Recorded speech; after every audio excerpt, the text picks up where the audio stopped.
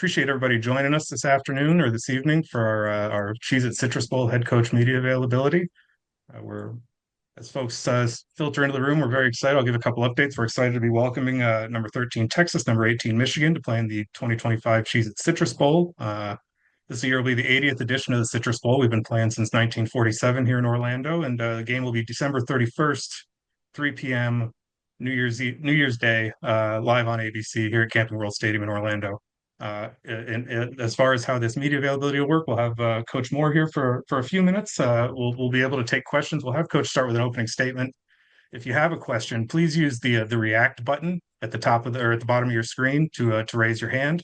From there, we'll call on you and ask you to unmute. From there, you'll see a notice letting you know to unmute. So, without further ado, we'll let you tee us off, Coach Moore. Thank you for being here. And if you could open us up with a brief opening statement about the Citrus Bowl matchup, we'd love to hear it. All right, thank you, Sam. First of all, University of Michigan, our football program is so excited to be a part of the 80th version of this game. It's a very historic tradition game that we're super excited about. Our young men are going to be super excited to go participate and have a great game against a great Texas opponent. I just wanted to give a shout out and thank Steve Hogan, CEO of the Florida Citrus Sports, for putting on this event and allowing us. Our football program, finishing 9-3, winning 10 games is a huge deal. So we're gonna do everything we can to put ourselves in the best position this month as we go to and as we travel down there to Orlando in a beautiful environment, beautiful venue to enjoy, but also know we're there to go win a football game and just get better as a football team. So excited to play a great Texas team and open up to questions. All right, we'll start with Aaron McCann. Aaron, if you can go ahead and state your name, we'll ask you to unmute and go. Yeah, Aaron McMahon, Ann Arbor News. I'm live. Sherrone, I know you guys played Texas last year. What do you know about this team this year? Yeah, a little bit different, a little less, experience, but still a lot of talent. A lot of guys that we played last year played this year. Very, very talented team. Obviously, it starts with Arch at the quarterback position. They've got skilled guys all over the place. They do a really good job scheme wise. Coach Sarkisian does an outstanding job from an offensive standpoint of scheming up different defenses and executing at a high level. So, and defensively, they're fast, they're physical, good up front. So it's going to be a great challenge for our program. All right, next question will come from Angelique Shingelis. Angelique, you can go ahead when you're Now I'm unmuted. Okay. Sherrone, I was just wondering if you think Justice Haynes will be available for this bowl game. Yeah, it's something we'll look at and we'll see. His progress is going really good, so we'll see as we'll get more of an answer and clarity as we go through this week. All right. From there, we can move on to Kirk Bowles, Kirk of the Houston Chronicle. Kirk, you can go ahead when you're ready. If you have a question, raise your hand using the React button. Hey, Coach. You obviously know that you're playing Texas again in a couple of years down here in Austin, and Sark has made mention of the fact that his team wasn't rewarded for even scheduling Ohio State this year for CFP consideration. Do you feel like those high-profile games, like you in Texas and Ohio State play, uh, are worth the risk? I mean, there's two ways to think of it, right? Like for our student athletes and for our coaches and for us to play in those big time games, that's why you come to Michigan. I'm sure that's why I went to Texas to play in those games. But, to Coach Sarkisian's point of, what happens when you're judged on those losses at the end of the day, those wins and losses, it can affect you. So I think those are conversations as we get through this season and we get into the college football players conversations, those wins and losses matter. And, we got as a university, you have a certain way of doing things. As from conference to conference, you have a certain way of doing things. So those are decisions we'll have to make as we go through. But we're excited about the challenge of playing Texas, and we know we got to play them later on down the road. And one other thing, does Texas look like a college football playoff caliber team to you? Yeah, I mean they do. Especially watching them that last game against A&M, they played their tails off. Their physical defense, offensively, they're explosive. They've got playmakers all over the place. So yeah, absolutely they do. Thank All right, we'll go back to Aaron next. Sorry, I got your name wrong last time. McMahon, I apologize. It's all right. Sharon, just to follow up on the question about justice, what's the next week or two look like for you guys in terms of meeting with the players, and what's your expectations in terms of like opt-outs or guys maybe potentially not playing in this game? Yeah, I mean, for our expectation as we go through the week, these guys got finals in these next 2 weeks, so they'll finish those out. But we'll practice. We have a good steady pace of, practices and some skill workout things that we have to stay within the 20-hour rules that we have to do. So we'll still have practices as we go out through the week to get, start to get implemented in the game plan, and coaches will start the game plan already have.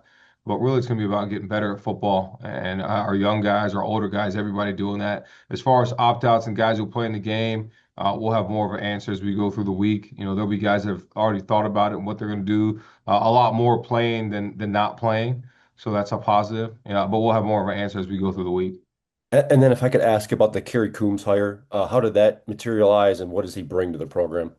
Yeah, he brings a lot of energy, excitement, a veteran presence that's done it at a high level, in the NFL, in college, obviously, and then in high school. I think it's awesome when you brought somebody in that has high school experience, but, is an elite recruiter and developer of men. And very excited about the hire, and the connection has just been built over time, and he's going to do a great job for us. All right, next question we'll take is from David Eckert. David, you go ahead when you're ready. Coach, appreciate the time. Following up on the opt-outs question, I'm just curious, do you guys, whether it's in your rev share or your NIL deal language, do you have anything in those contracts that incentivizes these guys to play in a bowl game? Is there any structure like that with those deals? I think that goes school to school. We just really want guys that want to play in the game. You don't want to have to, promote people based on what they get from rev share or in the game to play in the game. You want guys that just want to play football, that want to play another game of football. So those guys that do want to play, just like last year, we had a bunch of guys that wanted to play and they played their tails off. So we'll treat that the same, and the guys that don't want to play or have other things, and there's not going to be many of those, I think. So we'll find out as we go through, but. As far as the contracts, I don't want to really speak on it, exactly what we talk about from terms legally. All right, next one we'll go to Anwar Richardson, then we'll go back to Angelique. Anwar, you can go ahead when you're ready. What's going on, Coach? How we doing, man? Doing good, fam. Coach, I know every program is different. We've seen some programs today decide to opt out of going to a bowl game. I'm not asking you to speak on their decisions. I want you to maybe explain why it was important for you guys as a program to play in this bowl game. I mean, I think another opportunity to go play football, especially against a great opponent on a great stage, is just another opportunity and why you've come to the places like this. So for us, it felt like it was important not only for the development of our coaches and our players, but just the development of the program, right? And what you get to do, and it's a reward to be able to go do things like that. It's nice. It's about 20 degrees here too, so going to Orlando will be nice for the week, not only for the coaches' families, and the players. So. Uh, we're really excited about the opportunity that we have to go play in such a high profile bowl game. And, I can't, yeah, like you said, you can't speak on everybody else's decision, but it's another opportunity for us to go play football and practice, and we're really excited about it. All right, we've got time for a couple more. We'll take one more from Angelique. We'll go to Tony Garcia and see what we've got time for after that. Sherrone, you mentioned 10 wins and being very important to this program, but I was curious, what has been the player response since the Ohio State loss and embracing this new goal? I mean, yeah, disappointing, right? We were all disappointed. Usually you give it the 24-hour rule. We give it more the 48-hour to let it sit in. But there's, guys are chomping at the bit to get back to work, and they've been working out, doing things, getting their bodies right, healing, recovering throughout these past couple days to make sure they get their minds right and their bodies right to the game. So there'll be a lot of guys excited to go play in this one. And real quick, Sherrone, has Carrie already joined the staff? Is he already in Ann Arbor? And do you anticipate any other staff changes? Yeah, Carrie's here, starting to work. Legally we'll get all that stuff binding as far as contract and all that. But he's here, and as far as other staff changes, not as of yet. All right, we'll take one from Tony, and then we'll take one more from Clayton Safety, and that's probably the last one we'll be able to get to. Yeah. Hey, Sherrone. Ernest Hausman has missed the last couple games. He's posted a little bit on social media during that time. Wondering if you can just sort of help us understand where he stands, if he's with the program, and if you expect him for the bowl game. Yeah, Ernest is going through some things. Just I don't really want to talk on or speak on just things from a personal standpoint. He's also been dealing with a thumb that happened in the Northwestern game. So just things that he's been dealing with, and we're just here to support him. That's it. Okay, and just one more follow-up. You said about the coaching, if there's going to be any more changes. I think you said like not at this time. Do you mean like you are not expecting any more, or just Yeah, no, no, I'm not. All right, Clayton, safe. You can go ahead and unmute when you're ready. Yeah, coach, just one more on Kerry real quick. Will he coach the bowl game? Is that the plan? And then secondly, Jordan Marshall obviously came back in the last game, but is he going to be okay for this game on New Year's Eve? Yeah, yeah, Kerry will coach in the game, and then Jordan would be great. He's he fought through that. He had a shoulder that dinged up in the game before, tough through it, man, and tried as much as he could. And I mean, you wish he could have played the whole game, right, with 6 carries for 70 something yards. But really, he pushed as much as he could, and when he couldn't, he couldn't. So, but he'll be ready for the bowl game, absolutely. All right, I'll do one more quick call for hands, and if you got a burning question they need to get to at these last 2 minutes. If not, we'll thank you for your time, Coach. We look forward to hosting you down here in Orlando in a few weeks. And we've got a big match against Texas ahead of us, so it'll be fun. Thanks for joining us. We'll see you soon. Awesome. Thank you, Sam. Appreciate you guys. All right, thank you, Coach.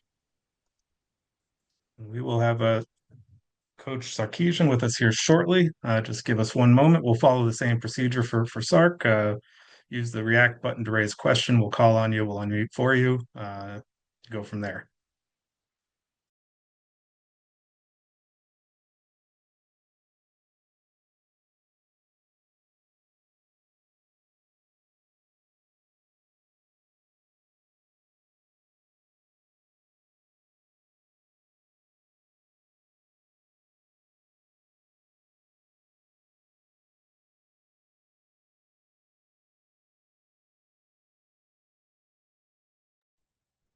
All right. Looks like Coach Sarkisian has joined us. Coach, we appreciate you being here. We'll let you get settled for a second. But we wanted to remind everybody we've got number 13 Texas playing number 18 Michigan.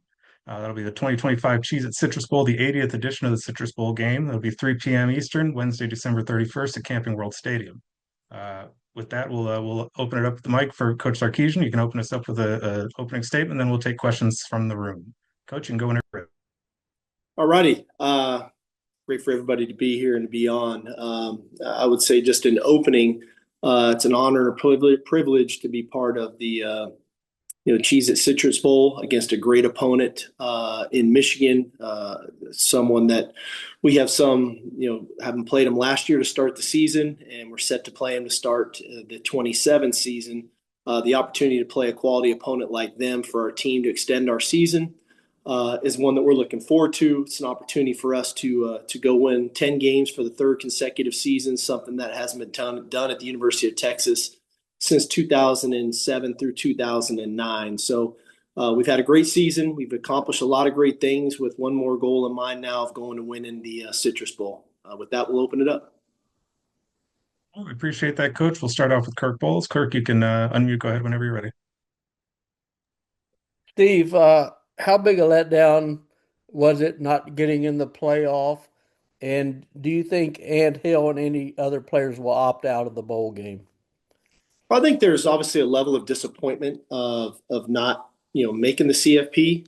I thought that we put a body of work on the field. We stated our case. They made their decisions of who they felt was worthy and deserving of being the 12 teams to play in that tournament.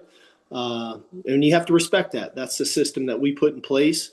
Congratulations to all those teams that are in that tournament that get that opportunity. As far as us moving forward, for me, and I think for our players, one of the key messages has to continue to be, it's not about what just happened to us. It's about what are we going to do moving forward. And that'll be our message starting tomorrow morning with the team and the players. Naturally, we're going to have discussions with a variety of players, some that have NFL aspirations, some that may be thinking about potentially going to other schools. That's the reality of the state of college football right now.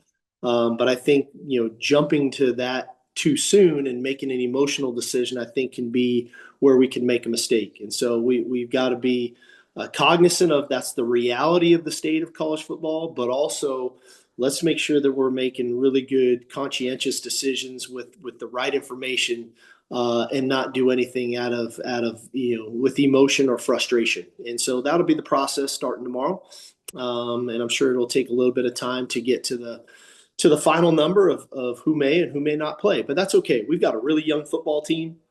We've got a lot of good young players that are chomping at the bit for their opportunity to play. We're going to get a lot of extended practice time. Essentially, this is going to turn into another spring ball for us, where a lot of young players are going to get an opportunity to show how much they've grown and developed over the season, and with the opportunity to potentially play in this game, where this game doesn't count against their eligibility. So, looking forward to all parties on our team, hopefully contributing to the success in this game. Thank you, Coach. We've got a few hands up. We'll go with Bob next, then Eric, then Anwar. Bob, you can go ahead when you're ready. Hey, Coach. With Notre Dame's decision to opt out of their bowl game, I'm curious. Number one, did you even consider that? But number two, how rippling an effect can that have on college football and the bowl process in general? Which part? What rippling? Teams opting out? I'm sorry. I just want to make sure I answer the question correctly. I think we've got to unmute Eric again to finish the question. I think that was the question, though. Yeah. Okay. Yeah, sorry, Coach. Yeah, it was, yes, sorry, I couldn't unmute. Yeah, that part of it, just how big an effect can that have on college football? Yeah, I think a couple things. One, no, we did not. We felt like if we didn't get into the CFP, being right on the cusp, we'd have an opportunity to go to a really good bowl game. And you think about the longstanding history and tradition of the Citrus Bowl with a really quality opponent being in Michigan, coming out of the Big Ten, that this was going to be a great opportunity for us, for our players, for our team. When you really look at our guys last year, we didn't get the bowl experience at all. When you go to the playoffs coming right out of the SEC championship game, we didn't get the bowl experience, and I think that's part of playing college football, is getting some of that bowl experience. If we could have earned a bye, we could have got a little different experience, but we didn't. And so, I want our guys to enjoy this, and I feel like it's the right thing for us to do for a lot of reasons. I don't know about the ripple effect for everybody. I think, we all have goals and aspirations of winning conference championships and being national champions. At least we do. But I also think that there's an experience factor on all this. There's growth in all this. There's development in all this. There's camaraderie. There's so much that goes into this, that sometimes a bowl game is about celebrating a season, and finishing a season the right way. And like I said, I can't speak for everybody else. That may change some as we evolve potentially into more teams. I don't know. I think we all can agree we've got a flawed system right now, that needs to be revamped, needs to be looked at from a lot of different angles. Where it goes from here, I don't think anybody really knows. And so, the point being, I don't know what the effect is going to be down the road. I just know for us, this is an opportunity to play another game against a really good team, in a great game, a great bowl game, and we're going to cherish it. We're going to put our best foot forward and try to go win this game. All right. We'll move on to our next question from Eric Henry. Eric, you can go ahead when you're ready.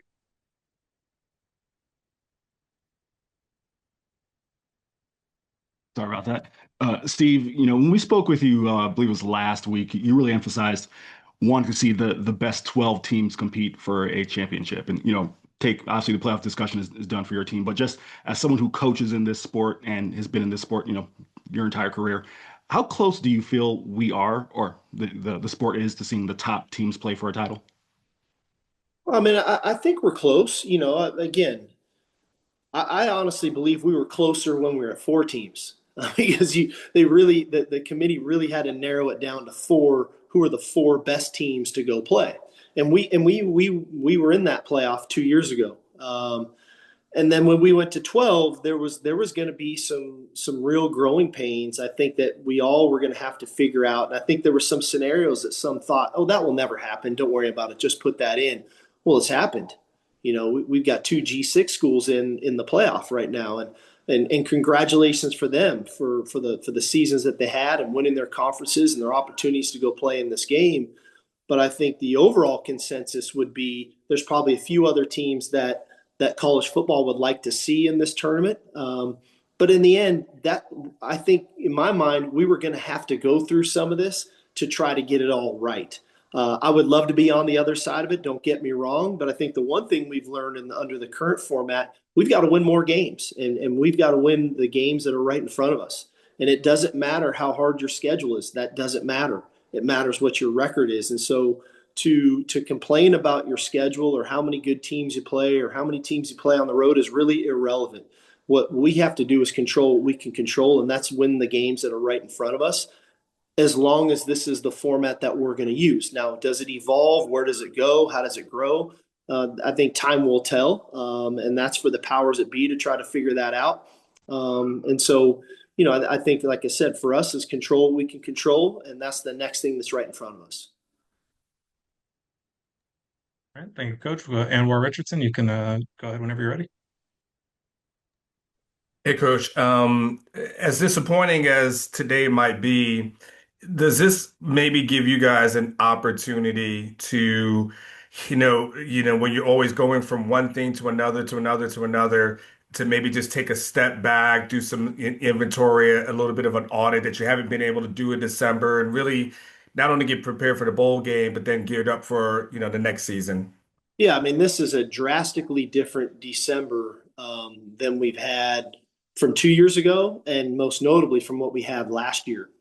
You think about what we were doing last year at this time. We were playing in a conference championship game with signing date going on right in the middle of it, and then the portal opens, and you're trying to recruit all the while, get ready for your first round playoff game, and then the next game, and then the next playoff game. And so the idea that we do have more time on our hands to really, like you say, audit our own organization from top to bottom, from schemes to play calls to personnel to roster to what we have coming in that we just signed to where we maybe can enhance that throughout the portal to the way we do our off-season program. There's a lot of things that I've been evaluating last week, when we had that time off, and we'll continue to do so throughout January. So, I'm big into believing in.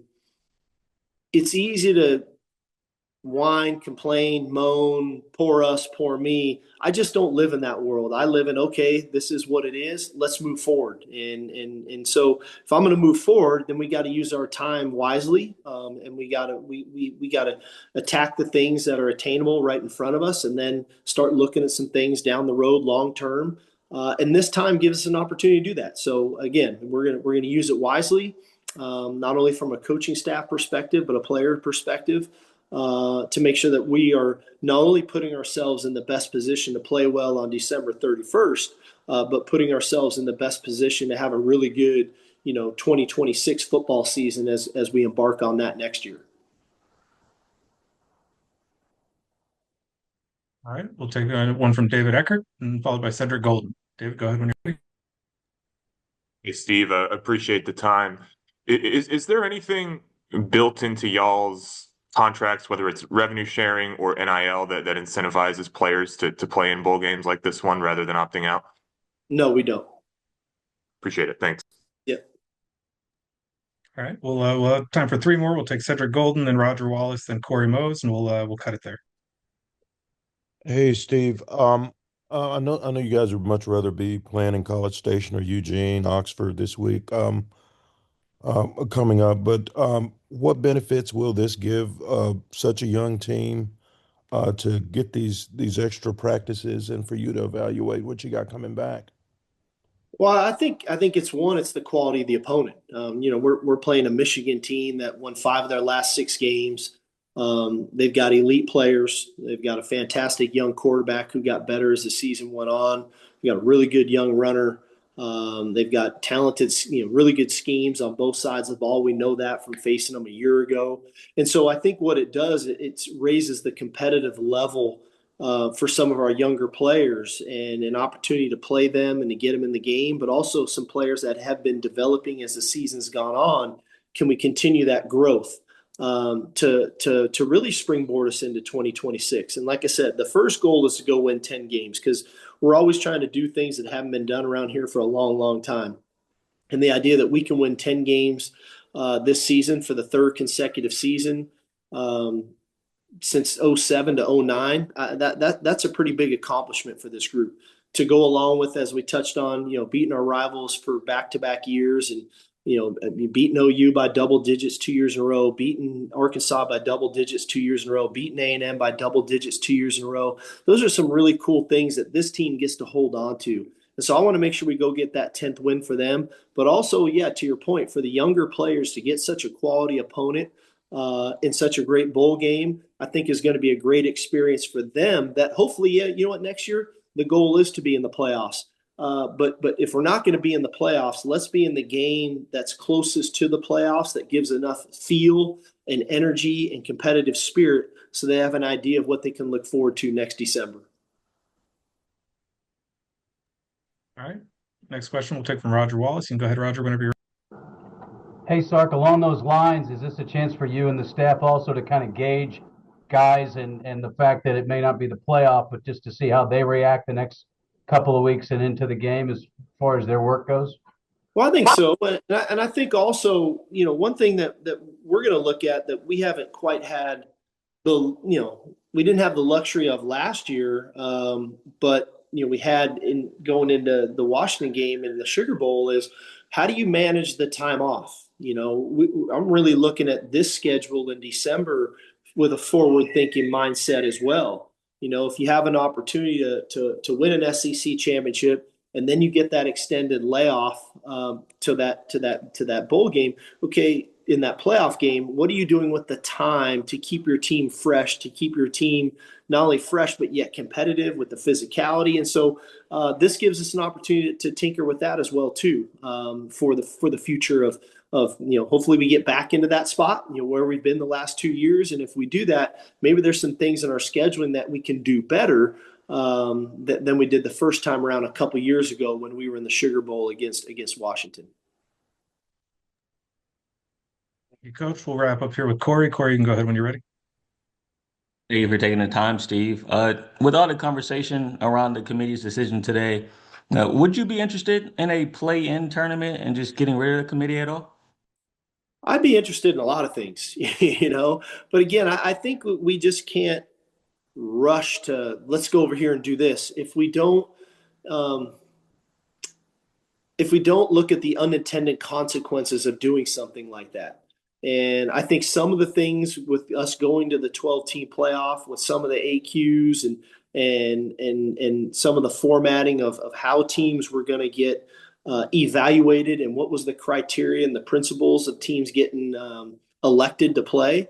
I think that needs to be evaluated first before we start talking about more teams, before we start talking about playing games, who's playing in, how do you earn those opportunities? Like those are the things because I think there's unintended consequences that come with everything. And we have to drill all the way down on this stuff because we're finding out there were some unintended consequences with this format that they're going to have to work themselves through. And so there's a lot of work to be done. And we've got some great people working on this stuff. Don't get me wrong. The leadership is really good, but we can be better. Just like we can be better as a football program, I think the CFP can be better, and I think we all can probably agree on that. But I think what's important is not just to rush to judgment.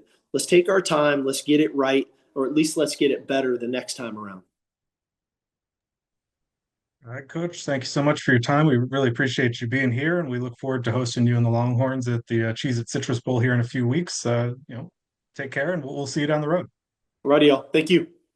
All right. For the rest of the group on the call, we'll see you soon. We'll get some information on credential applications, media hotel, media itinerary, so on and so forth. We'll get that all over to your SIDs over by end of day today, so that you can start working on that. If you have any questions in the meantime, you can reach us at media@fcsports.com. And don't hesitate to reach out if you need something. We're happy to help. Thanks.